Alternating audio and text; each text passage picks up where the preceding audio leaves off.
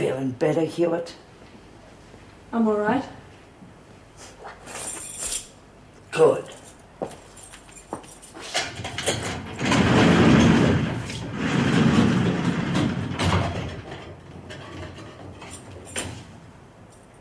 Because I'd hate to see you get violent again, Hewitt. Because then I'd have to use force. Only to control you, though. I have no intention of becoming violent, Miss Ferguson. That's very good, Hewitt. Because I want some answers to some questions. And they'd better be the right answers, otherwise I'll consider you very violent indeed. Ah! So what do you want to know? It was you who arranged to have me blackmailed over that tape, wasn't it? Wasn't it? I want to hear you say it loud and clear. All right, it was me! Where did you get your information? That is none of your business. What I want to know is why you did it.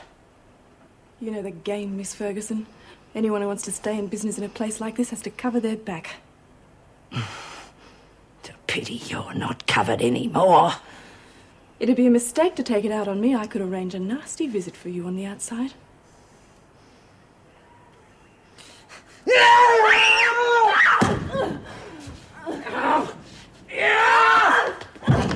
Right. Next question, Hewitt.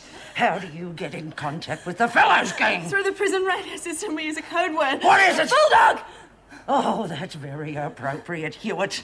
Because when I get hold of something, I never let go. Give me a chance, I can get him off your back.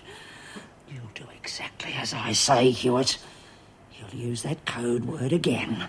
But this time, you'll arrange a meeting between Fellows and me. Not one of his lackeys. That could be dangerous for you. You let me worry about that. You just arrange the meeting. Otherwise, no one is going to ever want to look at that face again.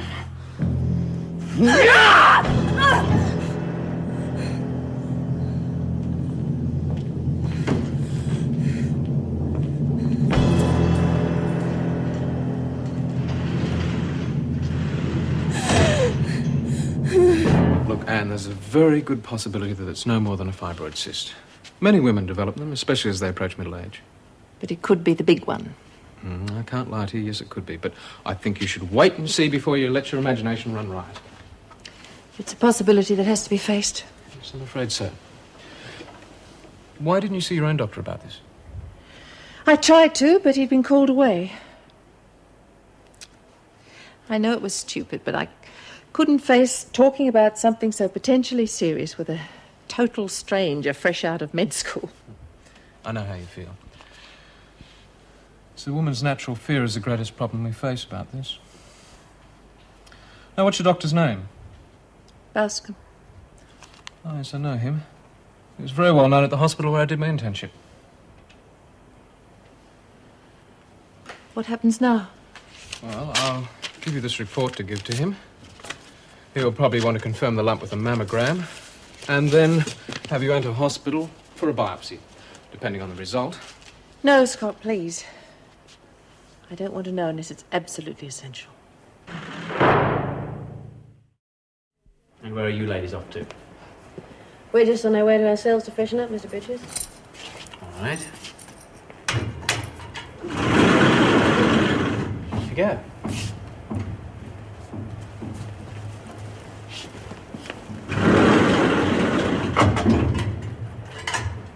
Actually, there was something I wanted to talk to you about. Do you mind? All right, what is it? When you realised I was unable to make the appointment, you saw Ferguson had me bailed up. Yes, I'm sorry about that, Sonia, but that little mishap cost you your chance. But it wasn't my fault. Perhaps, but everything was arranged. I had to let someone else go. You will get me out of here, won't you? It's possible. When? This whole thing's very dangerous, Stevens. Look, I've got to go. Wait. How'll you work it? You must be more patient, more discreet. If they find out what I'm doing, you'll never get a chance. I'll be in touch. Now, don't you worry about nothing, Belinda. We'll keep an eye out for you. What Cass is trying to say is that we'll all do our best to help you. Yeah, I thought that. It's Lizzie, isn't it? Oh, heavens, you do pick up voices quickly, don't you? Sometimes. Yeah, well, you couldn't miss with that one. She stands like a cat peeing on a tin roof. Shut up, you rude bugger. At least she doesn't have to look at your ugly mug all day like all the rest of us do. Well, this seems to be a happy little gathering. Oh, g'day, Mr. Bridges. Yeah, we're just showing Belinda the ropes. We haven't met yet. Why don't you introduce us, Lizzie? Oh, righto, Mr. Bridges. This is Belinda Johns. Mr. Bridges, you'll be able to tell him easy because his voice is much more masculine than Phyllis's. It's never nice to meet anyone in here, Johns, but I'll do what I can to help. Thank you, Mr. Bridges. Okay. He will, too. He's one of the good screws round here. Oh, we'll have to take your word for it, Parker. Can't wait to try him yourself. Oh, means officer, Mr. Bridges. Oh, really, Cass, you'll ruin his reputation if you go around saying that. I know what you meant, Cass. It's all right. Minnie, we've got to see the governor. Oh, righto. See you later, dear. Well, it looks as though you've met just about everybody. Oh, are you sure? Oh, except Pix and Bobby. Yeah, and Sonia and Brenda. I said the ones that she'd like to meet. We'll be doing her a service and we keep her away from those two buggers. They're as thick as thieves, love, and up to no good. You take my word for it. You just stick by me and I'll look after you. Oh, hello, Mrs. Reynolds. Anything wrong? Sit down, please. I thought I'd better see you, Donovan, since you seem to be the spokesperson for the women. You'll be pleased to know that the police have decided not to charge anyone over the attempted murder of Miss Ferguson. That will be something of a relief to everyone. Everyone except the police and Miss Ferguson. What it amounts to is that they have a fine collection of suspects, but no hard evidence. Yes. But you can also tell the women that that matter is not forgotten.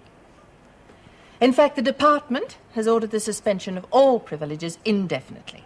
All privileges? There'll be no buy-up, work release, or monthly open days. Yeah, well, it's something we haven't had to contend with before, but, I don't think it'll pose any more problems than a wheelchair. You're discussing Miss Johns. An amazing lady, isn't she? So much confidence. Yes, I mean, I thought blind people needed either a stick or a dog to get themselves about. And apparently, these dogs become so close to Do you their mind? I have a report to finish. Oh, Joan, I am sorry. That was senseless of me. I mean, so soon after you're losing your little dog and everything, It amazes me how anyone could do such a thing. Well, it doesn't bear thinking about. Yeah, well, don't think of the case. That's the report you asked for. Thank you. Something wrong? No. Why should there be? I can think of a number of reasons. Don't worry, Governor. I'm not about to let my personal problems interfere with the way I do my work. I realise that, but you have been through rather a traumatic time lately.